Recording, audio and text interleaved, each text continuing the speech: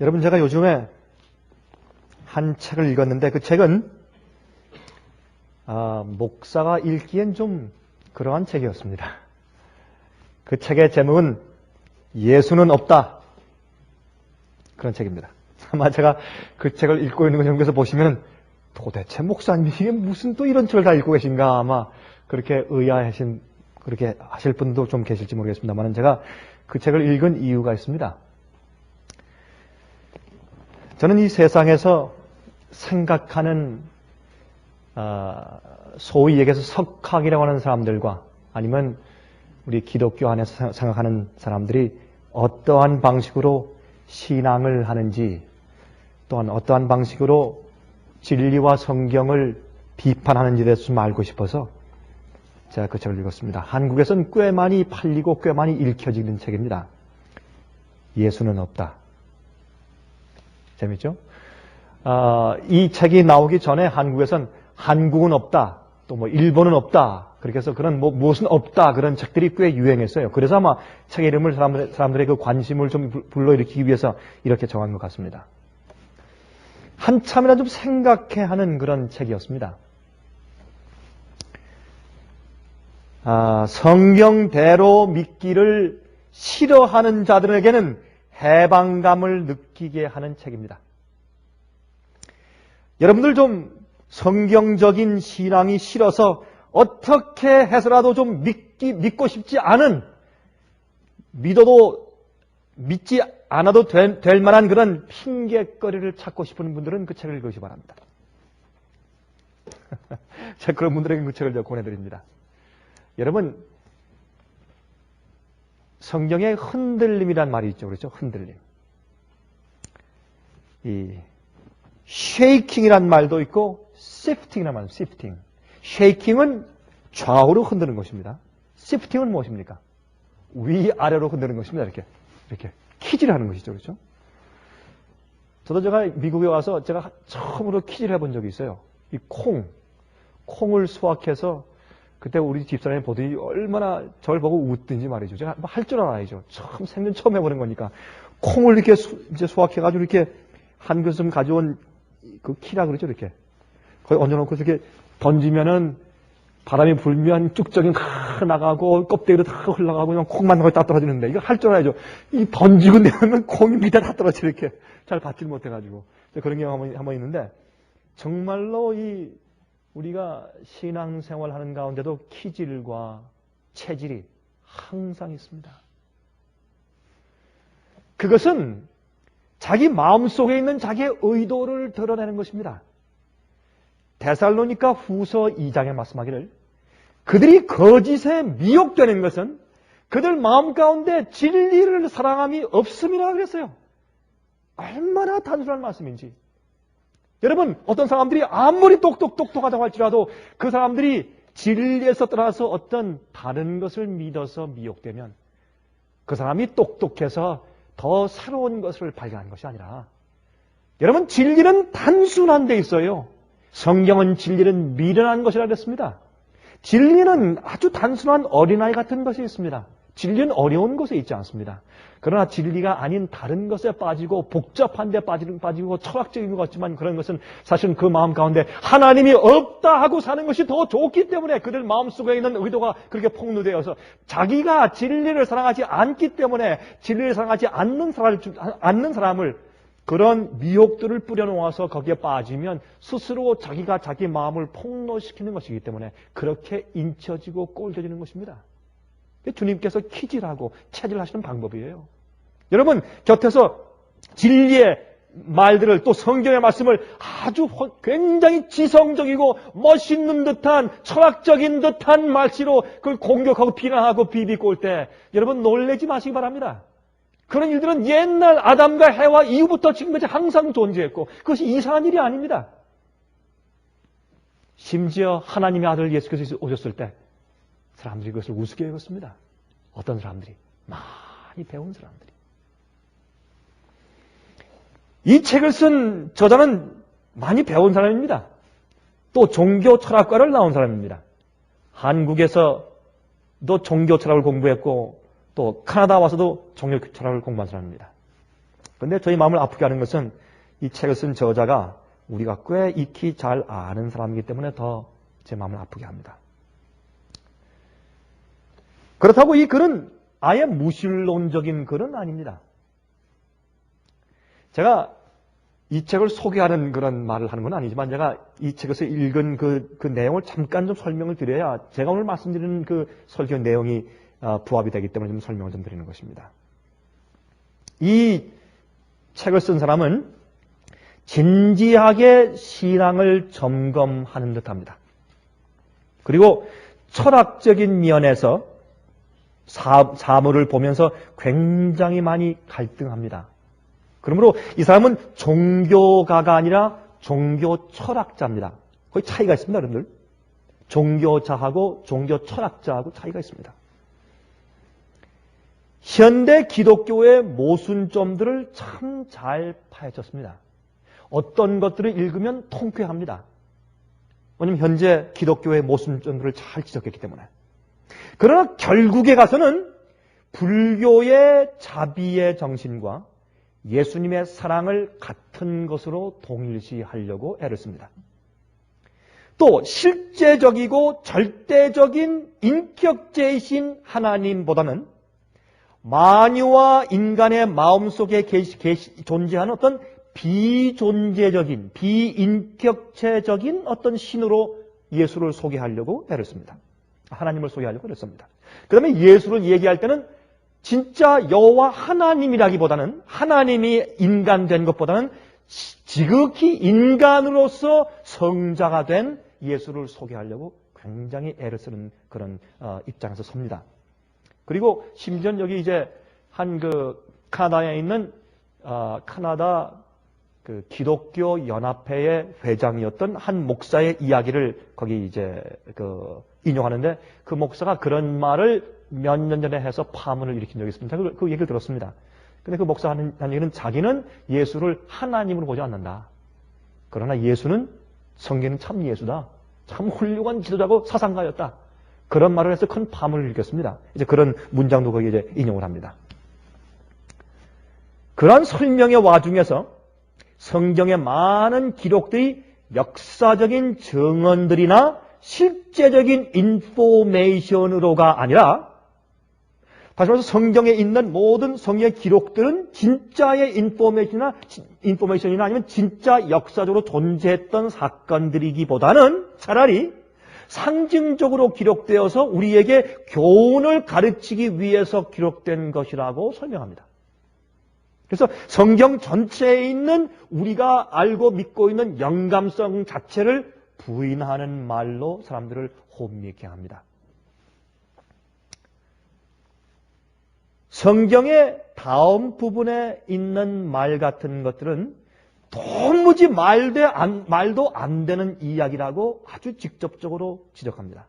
그렇게 해서 성경을 통해서 학식 있는 자들 중에서 하나님을 보지 못하는 자들은 성경을 다 믿고 싶지 않는 사람들, 그래서 심판이 필요 없어지길 원하는 사람들, 마음 가운데 마치 어떤 탐정처럼 자기 위에 하나님께서 이렇게 도사리고 있는 것처럼 그런 느낌을 느끼고 싶지 않은 사람들, 사실 하나님이 그런 분은 아니지만은 그런 이성적인 사람들에게는 그 책이 굉장히 어필하게 쓰여져 있습니다.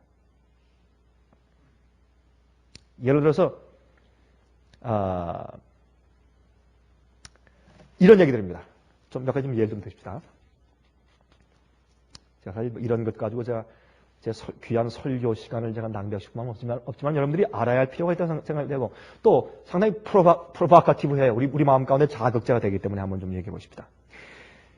이런 얘기들은 도무지 이게 말도 안 되는 얘기로 성경에 기록되어 있지 않느냐. 그러면 성경을 있는 그대로 풀이하지 말자. 성경을 우리에게 교훈을 주기 위한 상징적인 책으로만 받자. 그렇게 해서 불교와 유교와 기독교의 사상은 하나고 똑같다는 겁니다. 그것은 인간의 도의와 윤리와 신앙심을 앙양하기 위해서 기록된 책이지 더 이상은 아니라는 겁니다. 예를 들어서 첫 번째, 하나님께서 인간을 창조하신 인간 창조는 하나님의 실패작이었다. 그런 것입니다.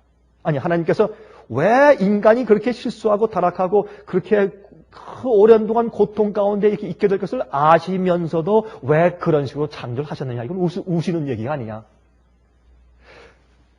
이건 너무나 어이없는 이야기예요. 이건 조금만 생각하고 명상하면 충분히 이해할 수 있는 것인데 그렇게 간단하게 해치워버립니다. 두 번째, 하나님께서 선악과를 왜 만들어 놓으셨는가?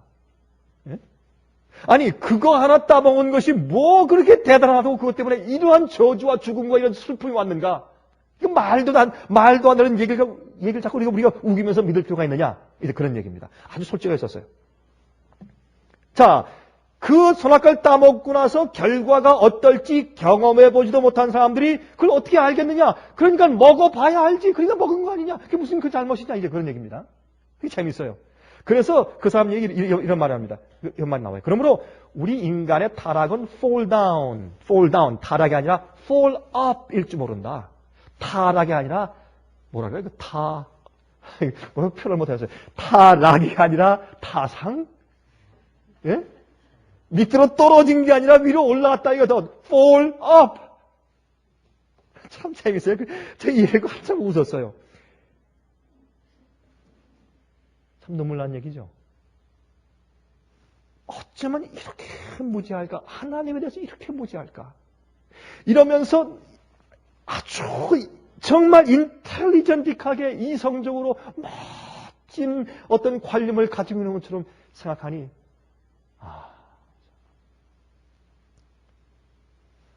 세 번째, 노아 방주 얘기를 해요.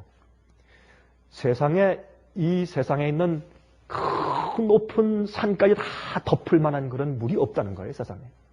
아무리 따져봐도 하늘에 있던 이 공기층에 있는 물까지 다 내려왔다고 해도 이 지상을 덮을 만한 물이 있을 수가 없다는 겁니다. 한 가지 이해 못하는 것은 지금 바다에 있는 대양의 깊이가 옛날엔 그렇게 깊은 것이 없었습니다. 잔잔한 호수와 아니면 작은 연못들이었지. 그 깊은 이 히말라야 산맥에 있는 그런 높은 에베레스트 산 같은 그런 높은 산들보다 더 깊은 것이 바다 대양인데 그 깊은 대양이 전부 다 솟구쳐 올라와서 거기에 있는 물들을 전부 덮어보시오 한번 세상을. 어떻게 되는가? 대양이 넓습니까? 육지가 넓습니까? 지금 세상에. 이거는 이 무신론자들도 이해할 수 있는 얘기인데 조금 과학적인 상식이 있으면 만약에 이 깊은 대양이 옛날에 노아 홍수 이전에 존재하지 않았다면 예? 또 하나님께서 이제 이 노아 방주를 짓게 하실 때 하나님께서 그렇게 구원이 홍수를 내리실 그런 큰 하나님께서는 방주 없이 그저 노아 식구를 싹 구원할 수 있다가 잠깐 구름 위에 이렇게 올려갔다가 내려오시면 될 텐데 왜 꼭 방주를 짓게 하셨는가? 그런 원시인적인 그런 말을 꼭 우리가 그대로 믿어야 할 필요가 있는가? 그냥 상징적으로만 받자. 이렇게 하는 것이 이슬람 글입니다. 네 번째. 하나님은 아주 이기적인 하나님이라는 겁니다. 이기적인 분. 이스라엘만 아시는 분. 이스라엘 백성들이 무슨 큰 더 좋은, 더 나은 백성으로 해서 애굽인들은 이 열장으로 다 죽여버리고 이스라엘 백성만 싹 꺼내내시고 가나안인들은 어린 아기까지 싹 죽여버리라고 그렇게 얘기하고 그런 잔인한 분 어떤 때는 그리고 이스라엘 백성들만 편애하시는 분 이게 진정한 하나님 모습이냐? 이거는 석가모니가 생각한 것보다 더 잔악한 신의 표현이라 이거예요. 기독교가 하는 표현인데 이것은 상징적으로 받자 이겁니다. 또 한 가지 대속의 필요성 모순이라는 겁니다. 아니 하나님께서 용서하시려면 그냥 용서하시지 뭐 또 하나님의 아들이 와서 꼭 대신 죽어야 할 필요가 있는가? 이건 상징이지. 이런 대속성의 이런 필요성은 모순이다. 꼭 그럴 필요가 있느냐? 왜 그럴 필요가 있느냐? 전능한 절대자 하나님이 무슨 용서하기 위해서 그냥 용서하면 되지 대속이 왜 필요하냐? 남을 위해서 제3자가 대신 죽어준다. 그게 있을 수 있는 일인가? 이제 그런 모든 것을 제시합니다. 여러분 저는 이 시간에 제가 이 책에서 제시하는 그런 질문들에 답하기 위해서 제가 오늘 설교하는 것이 아니든 제가 하지 않겠습니다만 그러나 이런 것들은 아주 간단하게 얼마든지 답변할 수 있는 간단한 질문들입니다. 그것은 절대로 고상하거나 높은 지식적인 지성적인 질문이 아닌 것을 알 수 있습니다. 여러분께 한 가지 말씀을 드리면 참고적으로 여러분 1800년도, 30년대, 40년대 그 당시에 이제 굉장히 영국에서부터 유명하게 시작된 것이 그게 우리 잘 아는 진화론이죠. 예? 다윈의 진화론. 그것이 기독교를 크게 맹공했을 때 그때 그걸 타고 일어난 것이 뭐냐면 1940년대, 50년대부터 시작된 벨하우전의 고등비평학입니다. 여러분 고등비평학은 뭐냐면 higher criticism, lower criticism, 고등비평학, 저등비평학 그러는데 그 한국말로 번역하면 오해가 있어요. 고등비평학 그러니까 사람들이 공부 많이 하는 사람이 고등적으로 많이 공부한 사람이 고등적으로 비판하는 것들 어떤 굉장한 학문을 가지고 비평하는 것을 그렇게 이해하죠. 그게 아니라 higher criticism, lower criticism은 반대예요. 물이 흐를 때 시내 물이 흐르면 물의 맨 위에 그 수박 겉핥기 아니에요? 다시 말해서 맨 표면을 higher surface 그러잖아요. 근데 higher criticism 뭐냐면 성경 안에 있는 그 액면 내용을 비판하는 것이 아니라 성경에 있는 겉핥기, 성경에 있는 어떤 사건, 성경에 있는 어떤 특별한 팩트 같은 거 그런 것들 성경에는 겉핥기에 있는 것을 공격하고 비판한다 해서 higher criticism이에요. 그래서 고등 비평은 무슨 큰 비평 같지만 아닙니다. lower 비평이 성경에 있는 내용을 비판하는 것이죠. 그렇죠? 그래서 이 벨하우전 씨가 말하는 이 고등 비평에 들어와서 노아 방줄 치고 창졸 치고 선악과를 치고 애굽의 열장을 치고 홍해 바다가 정말 갈라졌느냐 그걸 치고 성경에는 그런 것을 비판하는 운동이 확 생겼습니다. 그럴 때 여러분 이상하죠? 1860년, 70년, 80년, 90년, 1900년도 초기 그때 계속 일어나는 것이 무엇입니까? 나중에 1948년에 일어난 여러분 어디예요? 사핵지방에 있었던 사해사본이 발견됐죠. 1980년도 중반 이후부터 시작해서 고고학이 발견됐어요. 여러분 나폴레옹이 애굽에 가서 전쟁에서 손 털고 아무 이익을 얻지 못하고 다 후퇴하고 나오면서 한 가지 얻어 나온 것이 로제타 스톤이에요. 그 로제타 스톤은 말이죠. 그것 가지고서 그 안에 기록이 세 가지 있었습니다. 히브리 말이 있고 그 다음에 옛날에 상형 문자가 있고 그 다음에 헬라 말이 있었습니다. 그 세 가지 문자 때문에 그것 가지고 사람들이 어떻게 해요? 성경의 고고학을 연구하는 실마리를 얻게 되었어요. 하나님의 섭리입니다. 그 다음부터 얼마나 많은 성경의 기록들이 고고학적으로 파보니까 진짜라는 사실이 얼마나 기가 막히게 드러나는지 몰라요.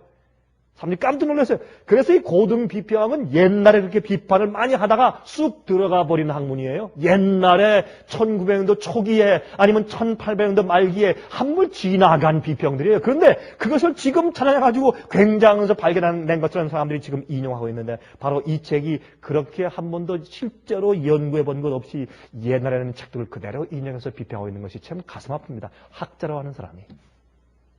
그것은 참 합당하지 않은 일이에요. 이런 말 때문에 얼마나 많은 사람들이 보수적인 성경에 대한 신앙을 흔들면서 모르는 사람들이 마치 자기가 선악과를 먹은 다음에 눈이 뜨는 것처럼 내가 몰랐는데 내가 지식적으로 내가 세상에 눈 떴다 하는 것처럼 혼돈되어서 멸망받는 사람이 또 얼마나 많이 생길지 제 가슴이 아픈 것입니다. 여러분 다윈이 진화론을 얘기했을 때 제일 처음에 진화론을 주장했을 때 어떻게 했는지 아십니까? 참 지금 같으면 우스꽝스럽지만 옛날에는 그랬어요. 자 보라 없는 것에서 뭐가 생기지 않느냐 보라 진화가 가능하다. 그래서 이런 유리관 속에 말이죠. 이 삶은 소고기를 갖다 삶아가지고 한 점을 갖다 집어넣고 밀봉을 했어요. 그럼 나중에 그 속에서 뭐가 생겼습니까? 나중에 구더기가 생기고 이상한 그 생물이 생겼지 않습니까? 미생물이. 자 이거 봐라 없는 것에 뭐가 생겼지 않느냐 이렇게 말했어요. 참 우스꽝스러운 얘기죠. 그때 맨델이라고 하는 사람이 나타나서 맨델의 유전 법칙을 얘기하면서 아니라 종의 기원. 그건 말도 안 되는 얘기다. 어떤 것이 있어야 있는데 유에서 유지 있는 것에서 뭐가 생기는 것이고 어떤 종류에서 같은 종류만 나오는 것이지 팥에서 콩이 나올 수 없고 콩에서 팥이 나올 수가 없다. 무슨 물고기가 동물되고 무슨 동물이 원숭이의 사람 이런 것은 다른 종류에서 다른 종류는 있을 수가 없는 거다. 그걸 증명하기 위해서 어떻게 하십니까? 그 유리관을 깨끗이 뜨거운 물에 소독을 해가지고 거기다가 이 고기 살점을 딱 집어넣으면 딱 밀봉했어요. 한 달 돼도 아무것도 안 생겼습니다. 그렇게 이게 싸우는 것이 옛날에 맨델과 다윈의 전쟁이었습니다. 그렇게 된 것을 요즘에 와서는 여러분들 진화론을 다 믿죠? 왜요? 하나님을 믿기 싫으면요, 자기 마음속에 자기를 판단할 심판자의 절대자가 있는 것을 부인하고 싶으면 하나님 믿기 싫고 진화론이 마음 가운데 어필하는 겁니다. 다른 거 없습니다. 여러분들이지요, 성경에 있는 진리도 마찬가지입니다. 우리가 순수한 마음을 가지고 정말 하나님을 올바로 찾아가고 내 영혼이 정결케 되고 정말 구원의 즐거움을 정말 사모하는 마음으로, 순수한 마음으로 하나님 찾아가고 진리를 알기 위해서 정말 나아가면 진리를 발견하게 되어 있습니다. 그러나 마음속에 진리를 진심으로 발견하고 싶은 전적인 마음의 굴복이 없고 민가하는 마음으로, 그저 부분적인 마음으로 주님을 바라보면 진리를 발견할 수 없습니다. 여러분이 의심하고 싶으면 의심하고 할 수 있는 1000가지의 이유를 발견할 것입니다. 그러나 여러분께서 믿고 싶으시면 믿을 수 있는 10,000가지의 이유를 발견하실 겁니다. 그러면 우리가 믿는 믿음은 내 마음이 어떠한가 하는 자기 마음을 폭로하는 기준입니다. 그래서 주님은 우리 마음을 아시는 겁니다. 여러분, 그런데 제가 이 책을 읽으면서 제 마음 가운데 한 가지 가슴이 답답했던 것은 뭐냐면, 여기 이 책이 말하고 있는 성경에 대한 비판들이 사실은 많은 그리스도인들의 생각 속에 있는 것들이라고 말입니다. 오늘날 많은 기독교의 각종 교파에 흩어져 있는 하나님을 믿고 산다고 하는 사람들 마음 가운데 이 사람이 말하는 그러한 성경과 진리에 대한 의혹과 의심들과 비판들이 그들 마음 가운데 모름지기 깊이 숨겨져 있으면서 믿고 있기 때문에, 그러나 진실되게 진리를 한 번도 정말 발견해 본 적이 없고 하나님을 진실되게 마음 가운데 진정으로 경험해 본 경험이 없다는 사실이 제 마음 가운데 이해되기 때문에 제 가슴이 아픈 것입니다. 여러분이시여, 바로 테이블 통해서 이 설교를 듣고 있는 여러분들도 한번 생각해 보시기 바랍니다. 이건 중요한 얘기입니다. 얼마나 많은 그리스도인들이 정말 이 세상에 난무하는 오류들과 잘못된 비판들을 들으면서 어떻게 반응하고 살고 있는지요. 여러분은 어떻습니까, 여러분들? 제가 다음과 같은 말씀을 좀 읽어드리겠습니다. 여러분, 성경에 말씀하기를, 성경에 하나님께서 무엇에 미련함으로 이 세상을 가르치셨다고요? 무엇에 미련함으로? 고린도전서 1장 2절에 나오죠. 무엇에 미련함으로? 전도의 미련함으로. 그 전도의 미련함이 뭐예요? 십자가예요.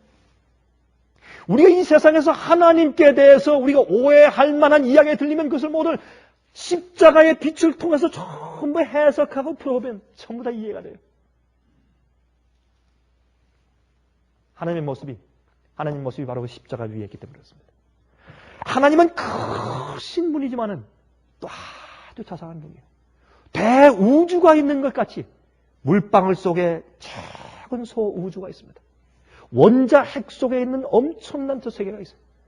적고 크신 하나님. 여러분과 저의 형편을 너무나 잘 아시는 하나님. 그 하나님께서 우리에게 전도의 미련함으로 우리에게 진리를 가르치시는 겁니다. 여러분, 여기에 이 Christ Object Lessons, 실물 교훈이라고 말하죠. 이런 영감적인 책에 다음과 같은 말씀이 있어요. Christ Object Lessons. 영문 414페이지와 415페이지에 다음과 같은 말씀이 있습니다. 한번 들어보십시오.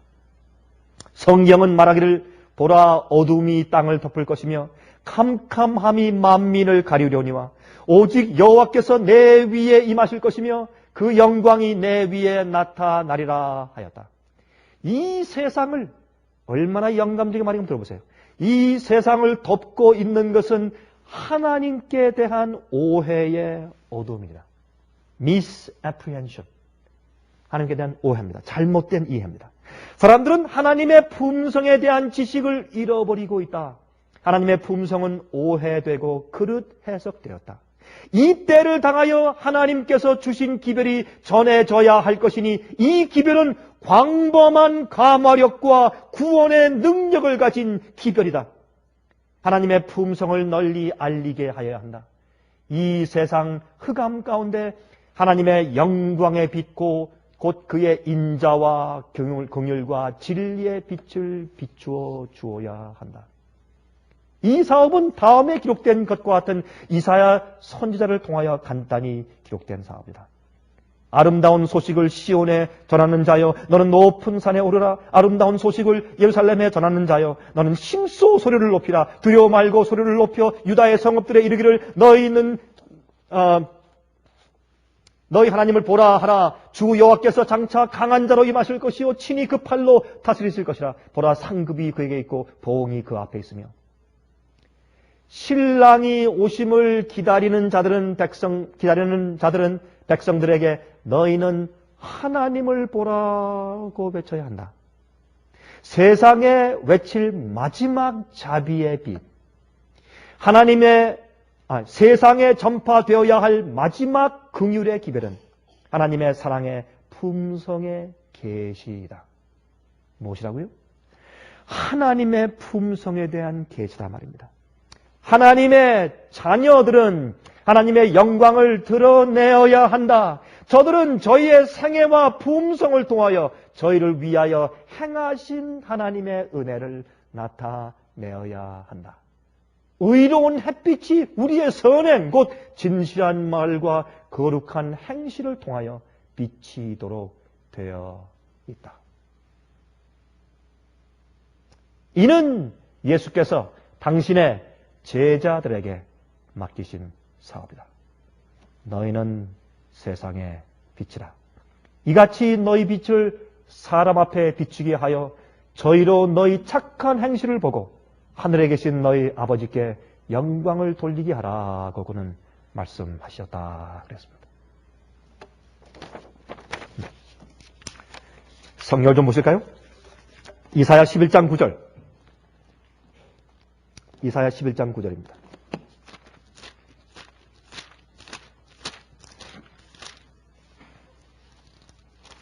이사야 11장 9절 보시면 다음과 같은 말씀이 기록되어 있습니다.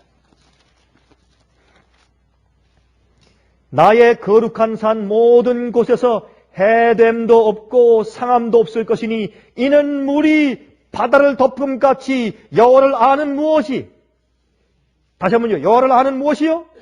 지식이 세상에 충만할 것입니다. 여러분 여기 보세요. 나의 거룩한 산, 이것은 교회를 말합니다. 주님께서 거하시는 성소를 말합니다. 나의 거룩한 산 모든 곳에서 무엇이 없다 그랬습니까? 해됨도 없고 상함도 없을 것이니, 다시 말해서 전쟁도 없어요. 지금 같은 이락 전쟁도 없습니다. 옛날 싸웠던 한국 전쟁 같은 것이 없습니다. 세계 1, 2차 대전 같은 것도 없습니다. 예? 혁명도 없고 데모도 없습니다. 싸움도 없고 노조 파업도 없습니다. 미움도 없고 이런 모든 것이 더 이상 없는 이유는 왜요? 여호와를 아는 지식이 바다를 물이 덮은 것처럼 세상에 충만할 것이기 때문에. 여러분, 그러므로 하나님께서 이 땅에 세상에 교회를 두신 목적이 있습니다. 세상에 교회를 왜 두셨을까요? 하나님의 지식과 성품을 아는 진리를 온 세상에 충만히 퍼뜨리시기 위해서 교회를 두신 겁니다. 그런데 이 세상에 이렇게 전쟁이 많고 이렇게 싸움이 많고 이렇게 문제가 많은 이유는 교회가 그 사명과 목적을 실패했다고 말입니다. 그래서 하지 못했다고 말입니다. 다시 말해서 오늘날 기독교회가 성경을 보고 정말 하나님이 어떠한 분이신지를 제대로 설명하지 못했다고 말입니다. 세상을 향해서. 그래서 예수는 없다라고 하는 책까지 나온 겁니다. 그래서 예수는 없다는 그 책의 뜻은 뭐냐면 오늘날 기독교회가 믿는 시기의 예수는 없다, 그런 뜻입니다. 그렇게 쓴 거예요, 이게 내용이. 요한복음 봅시다. 요한복음 17장 3절. 요한복음 17장 3절 보십시오.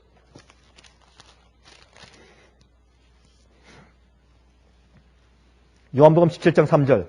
영생은 곧 유일하신 참 하나님과 그의 보내신 자 예수 그리스도를 어떻게 하는 것이라고요? 아는 것이라. 그래서 아는 것이라. 하나님을 아는 것이 영생이에요. 주님을 알면, 주님을 알기 때문에, 주님의 아는 지식 때문에 내 마음이 무너져요. 내 마음의 인간적인 사상이 타파되고 깨져버려요. 하나님이 너무 크시고 너무 자비하시고 너무나 사랑스러우시기 때문에 우리가 그 앞에서 견딜 수가 없어요. 그 빛은 하나님을 아는 빛이요. 그 빛에 내가 너무 무색해서 내가 태워져 버려요. 내가 죽기를 원해요. 여러분, 우리가 십자가 예수와 함께 십자가 못 박힌다는 게 무슨 뜻입니까? 죽기 싫은데 십자가 왜 못 박혀요? 죽기 싫은데. 예? 죽고 싶지 않은데 왜 못 박혀요? 살아야지. 남들과 싸우는데 왜 내가 죽어요? 저 사람이 죽어야지. 내가 잘했는데 저 사람이 잘못했는데 내가 왜 죽어요? 우리가 죄로 인해서 정말 통회하고 회개하고 굴복하고 죽지 않는 이유는 우리가 우리 자신을 몰라서 그래요. 내가 나를 몰라요. 내 자신이 죄 때문을 알기 때문에 내가 스스로 정말 혐오스러워서 우리가 눈물을 흘리며 주님, 내가 정말 죽기만 합니다. 내가 이렇게 살길 원치 않습니다. 라는 생각이 우리 마음을 채울 때 그때 우리가 변함을 받는 것입니다. 그때 우리가 바뀌는 것입니다. 에베소 4장 13절 보세요. 에베소서 4장 13절. 에베소서 4장 13절 좀 보세요.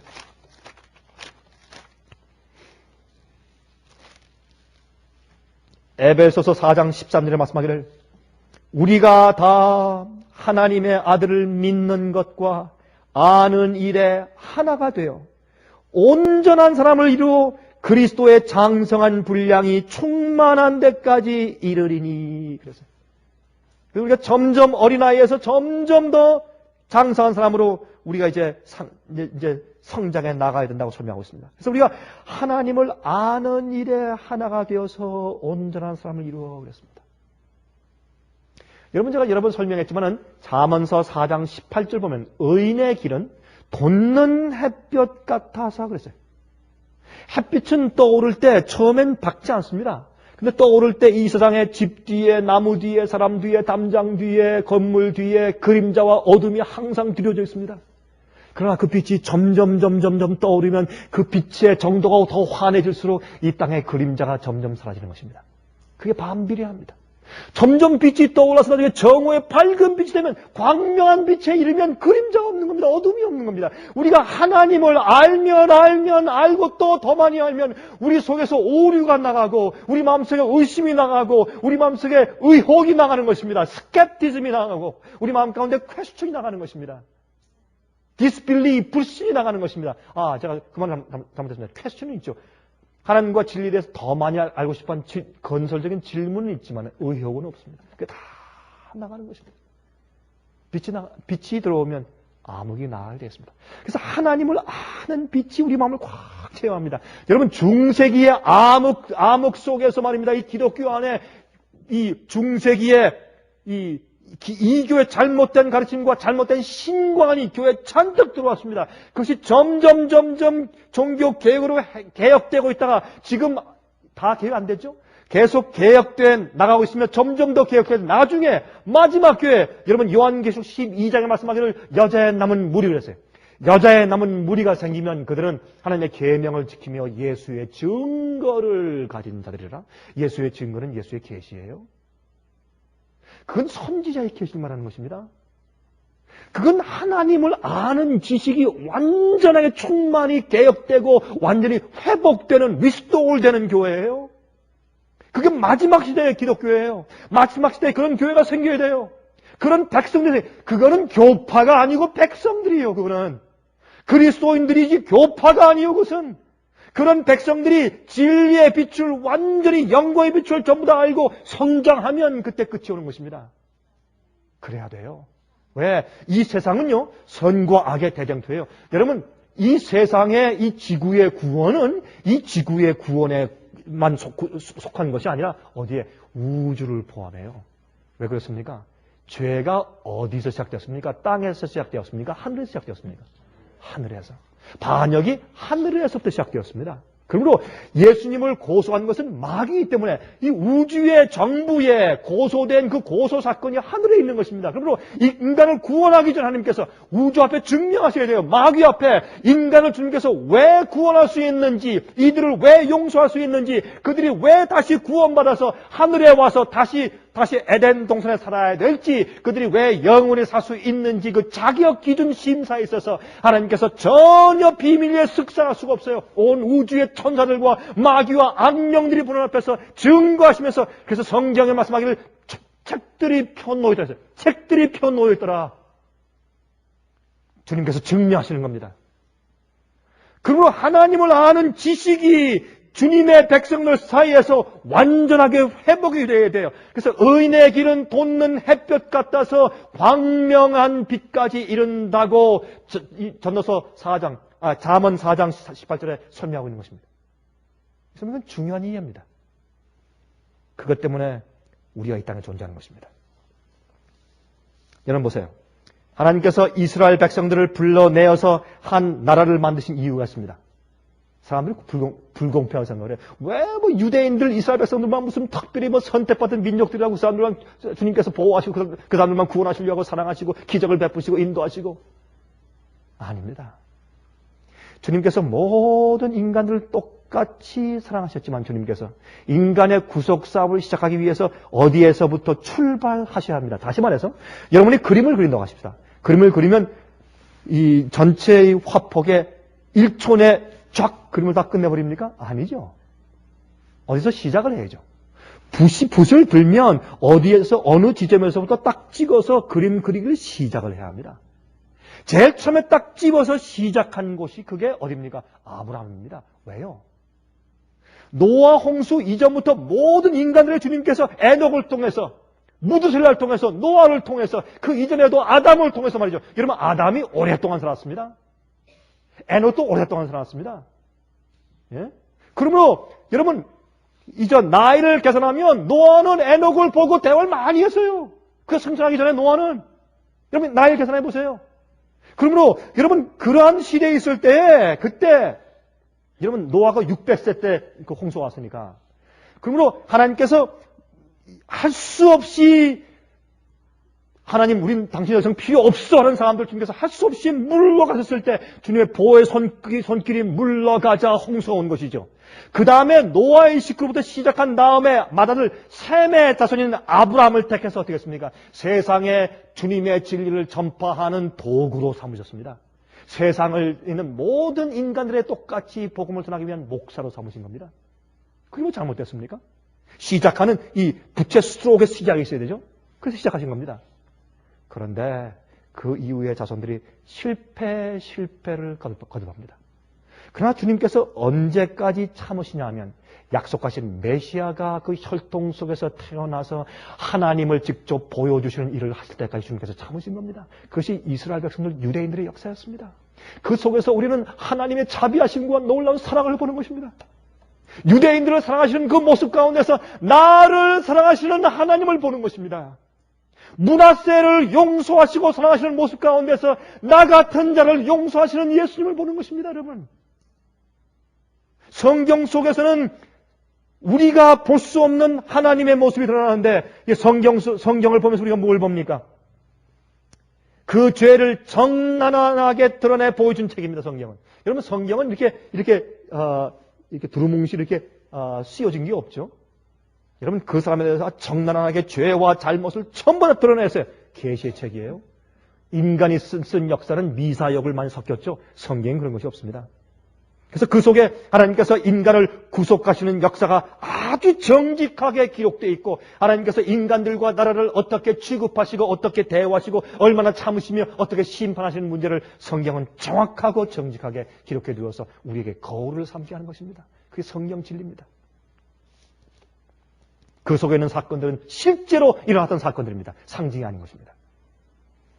여러분, 하나님께서 이스라엘 백성들을 불러내어서 나라를 만드신 이유는 메시아, 구세주의 사명을 이해할 수 있게 하는 의식, 절기들, 법들, 예배, 문화, 그리고 그러한 풍습을 가진 나라가 필요했어요. 그래서 진리를 풍습적으로, 생의 모습으로, 실제로 법으로 보여주는 한 나라가 필요했습니다. 그 사람들이 제사장 나라예요. 그것이 여러분, 제가 지난번에 설명한 것처럼 독특한 백성들 아닙니까? My peculiar treasure. 그게 출애굽기 19장 아니에요? 너희가 내 말을 지키고 내 언약을 지키면, 내 말을 순종하고 내 언약을 지키면 내가 너희를 이 세상 나라에서 나의 특별한 소유로 삼겠고 너희는 나의 거룩한 제사장 나라가 될 것이라. 여러분, 제사장 나라가 뭡니까? 하나님을 대표해서 인간에게 하나님을 보여주고 인간을 대표해서 하나님께 대신 기도해 주는 것이 제사장 아닙니까? 그 일을 하기 위해서 이스라엘 나라를 택하신 겁니다. 그것이 필요했습니다. 하나님께. 복음을 세상에 대표할 문화를 가진 국가를 세우시기 위해서 이스라엘을 세우신 것입니다. 그것이 참 감사하지 않습니까? 그래서 우리가 성경을 갖게 된 것입니다. 여러분, 선악과는 십계명과 같은 것이에요. 그렇죠? 선악과 십계명에 다른 과실은 다 먹되 요것은 먹지 말라 하는 그 말라라고 하는 단어와 십계명에서 살인하지 말라, 간음하지 말라, 도둑질하지 말라, 요 말라 하는 단어가 똑같아요. 원어는 똑같습니다. 참 재밌어요. 그래서 선악과는 그 당시에 십계명이었어요. 여러분, 아담과 하와에게 살인하지 말라, 간음하지 말라. 그건 그들이 이해를 못하는 것이었어요. 그 계명 그렇게 말했다면. 그렇죠? 하나님, 죄송하지만 간음이 뭔가요? 살인이 뭡니까? 그건 이해가 안 되는 것이었습니다. 그러므로 선악과는 그들에게 하나님과 창조주와 피조물 사이에 분명한 선을 긋고 우리의 행복과 존재와 삶은 생명은 하나님께 달려있다는 것을 알게 하기 위한 것이 선악과였습니다. 하나님이 하나님이시고 우리가 하나님의 말씀에 순종해서 주님을 따라가는 길만이 우주의 평화와 질서의 기본적인 것을 알려주는 계명이 바로 선악과였습니다.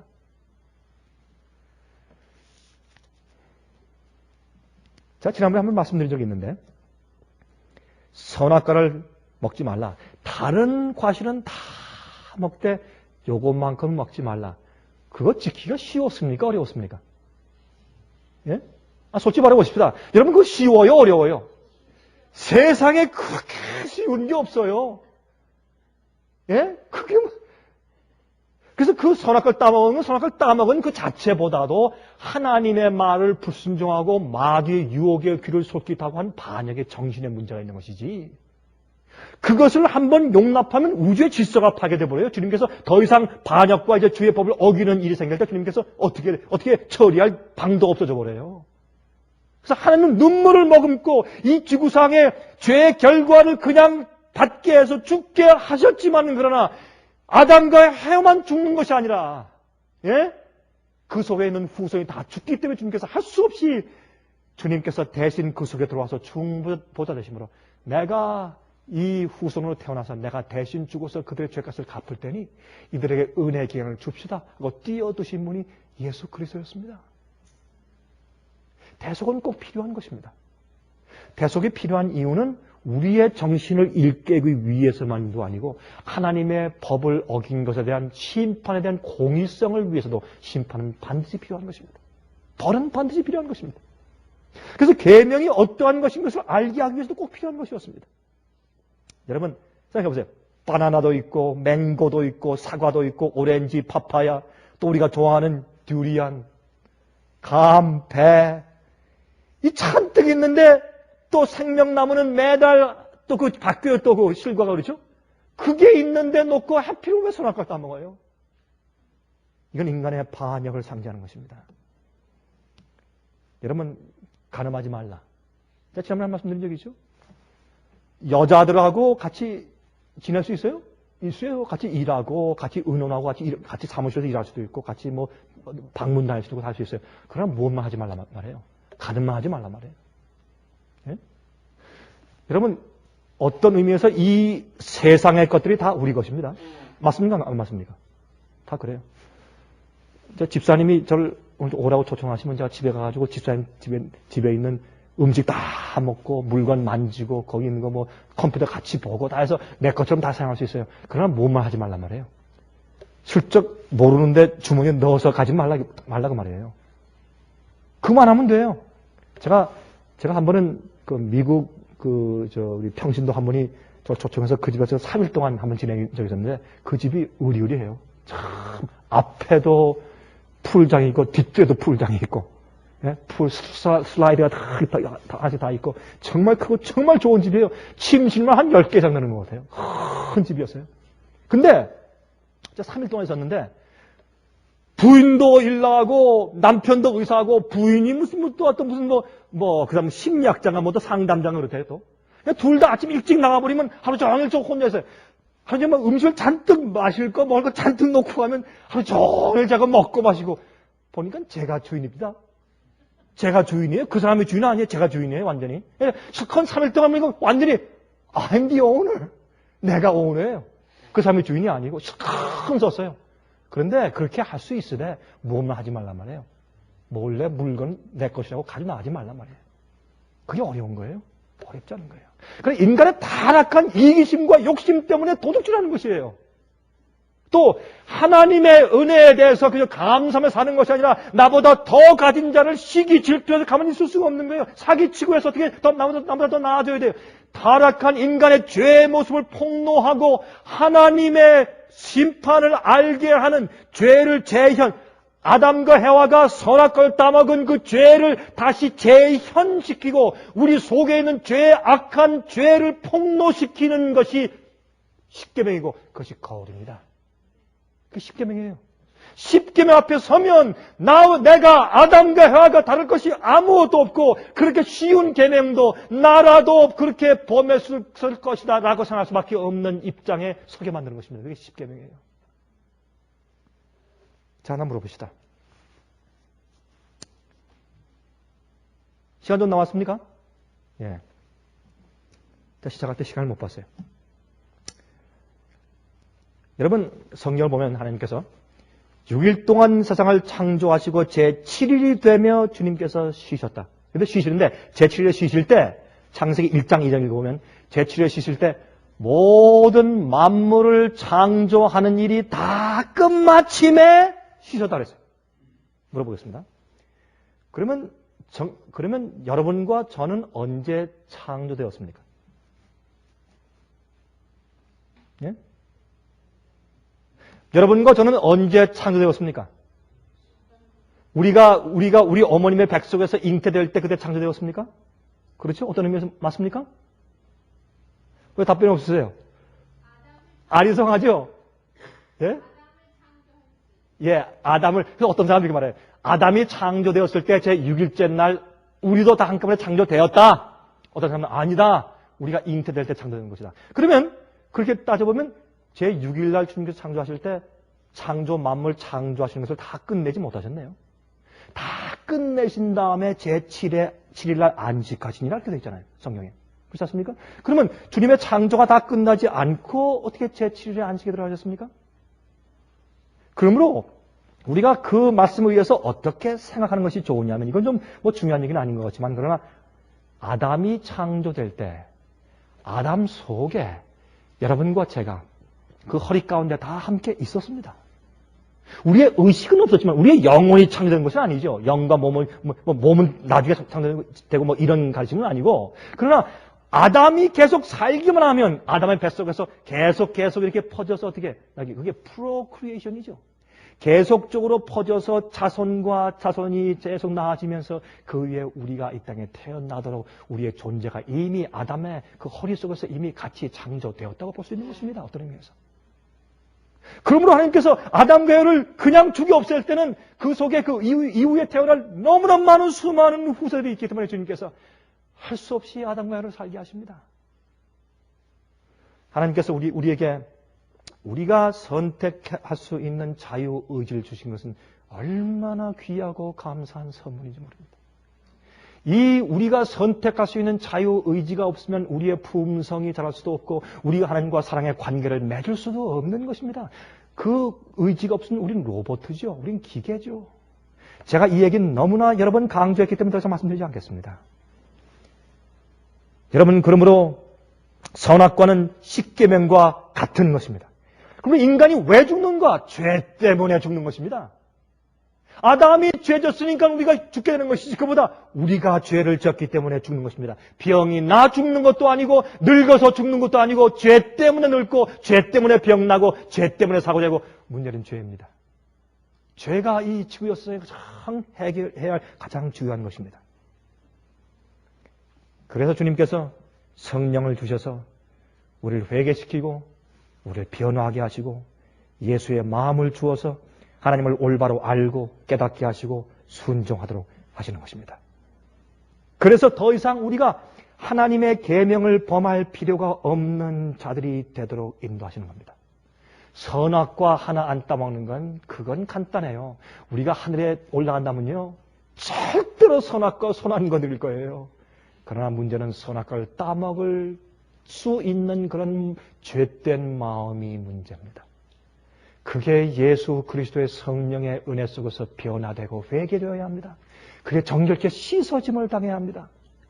그것이 얼마나 중요한 얘기인지 모릅니다. 이것을 성경은 영원한 복음이라면 복음은 영원하다는 말은 변치 않는다 그런 뜻이거든요. 그리고 선악과를 따먹은 이후부터 주님께서 우리 인간을 구원하기 위해 주신 복음에 대한 이야기, 양을 잡아 죽이는 얘기를 하신 그때부터 시작해서 예수께서 오실 때까지 이 하나님의 복음의 이야기는 절대로 변치 않는 것입니다. 값싼 복음이 아닙니다. 자유주의적인 복음이 아닙니다. 아무렇게나 믿기만 하면 그저 무조건 구원받는, 그저 믿는다고 마음 가운데 동의하면, 그저 예수의 십자가의 죽음을 받아들이기만 하면 그저 무조건 구원받았다는 그런 무조건적인 구원이 아닙니다. 이것은 반드시 인간을 회개시키고 그 속에 있는 죄의 뿌리를 뽑아내는 능력이 있는 창조의 복음이요. 그것은 영원한 복이라고 성경은 설명하고 있습니다.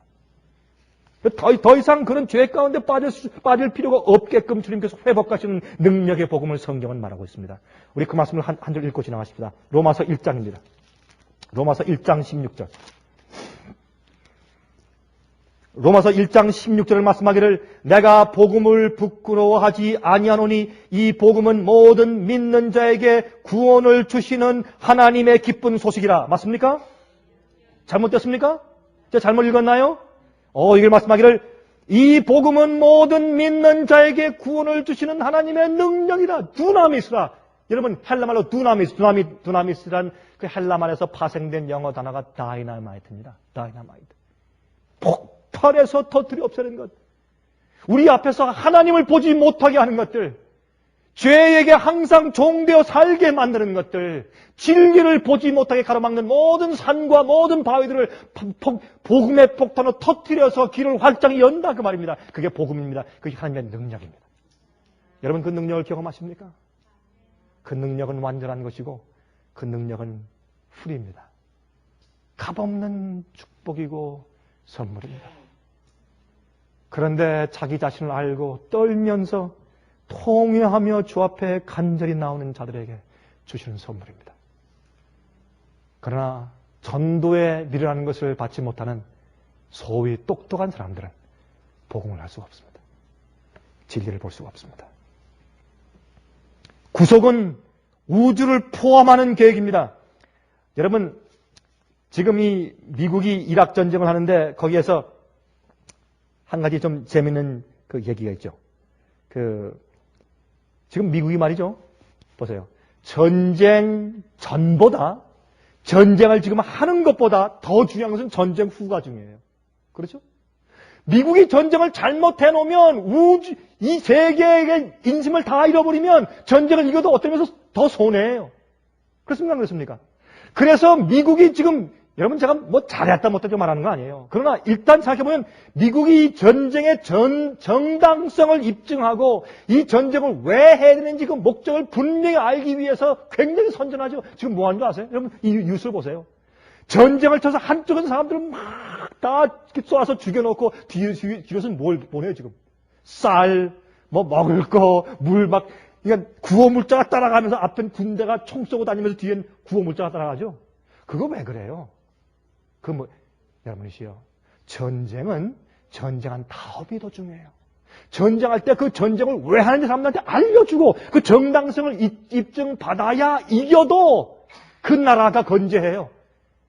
여러분, 우리가 좀 한 가지 배울 것이 있어요. 하나님도 전쟁 중에 있어요. 하나님은 억울하세요. 인간의 전쟁은 누가 잘하고 누가 못하는지 잘 몰라요. 나중에 끝나서 마지막 몇십 년 지난 다음에 역사를 봐야 알지 잘 몰라요. 인간의 전쟁은 악해요.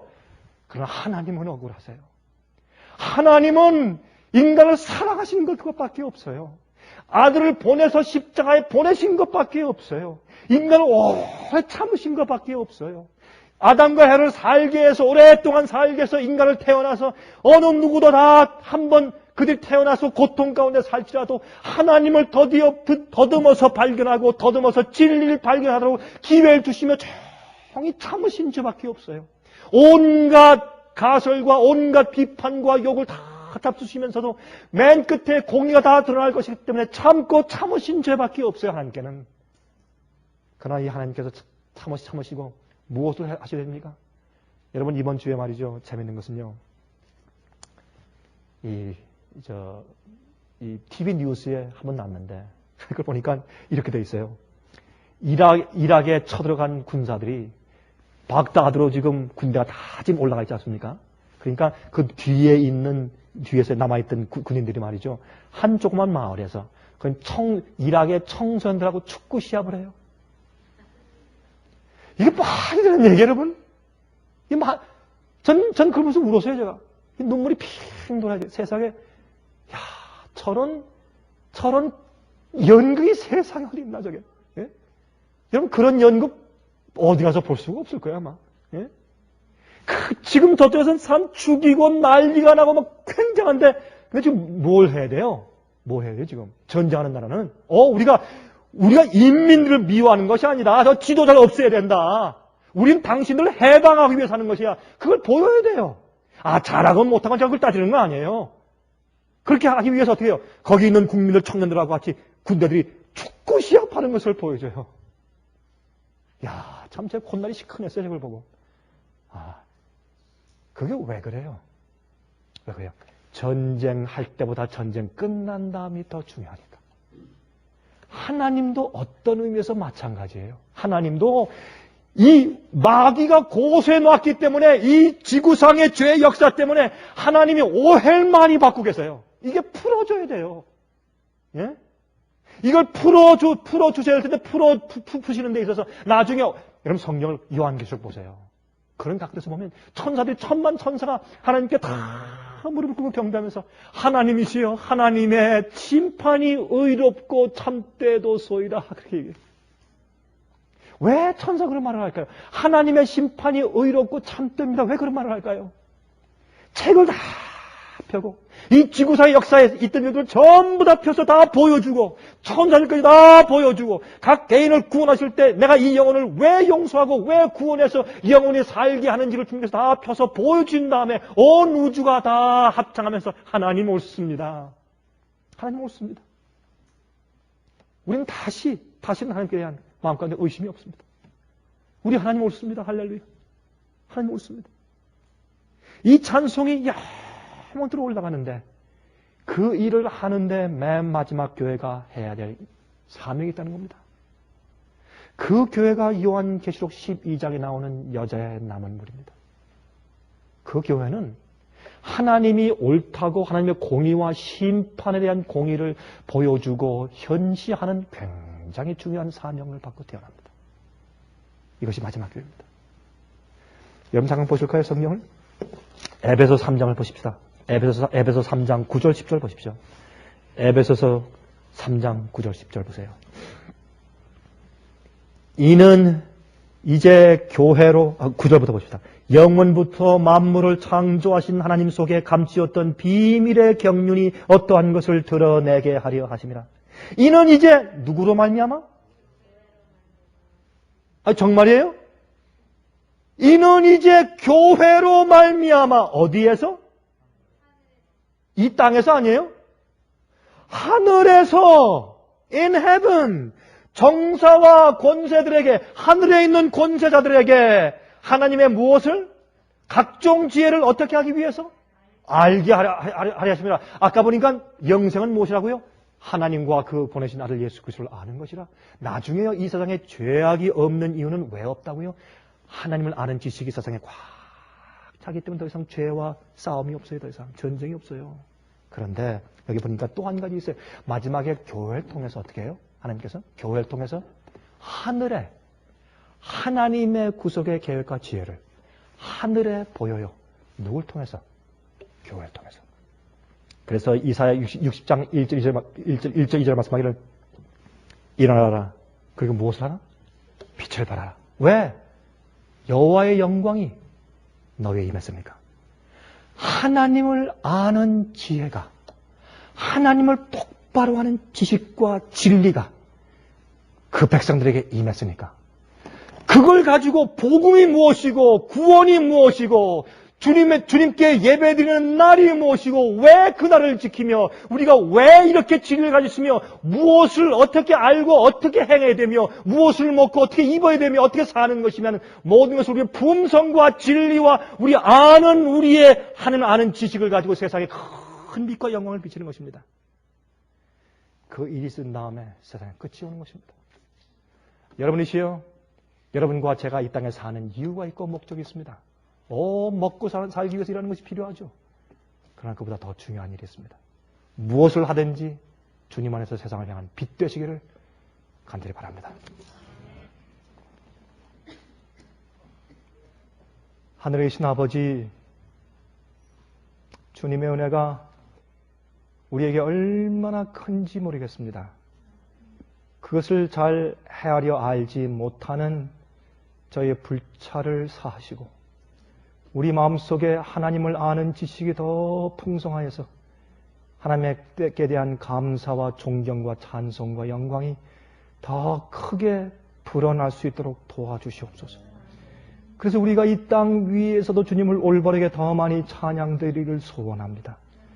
주여, 저희를 이 세상에서 빛되게 해주시고 등대 역할을 올바로 하게 해주셔서 우리가 할 수 있는 대로 글과 말과 편지와 행동과 성품과 삶으로 우리 옆에 있는 가족들부터 시작해서 친구, 친척, 많은 사람들에게 하나님의 지식을 나눌 수 있는 그런 종들 되게 해 주시옵소서. 주님의 영광의 빛이 저에게 임재하지 않으시면 우리가 일어날 수 없사오니 저희 병든 몸을 고쳐주시고 성령을 부어주셔서 일어나서 빛을 발하게 저희를 도와주시옵소서. 예수 그리스도의 귀하신 이름을 의지하여서 간절하게 기도합니다. 아멘.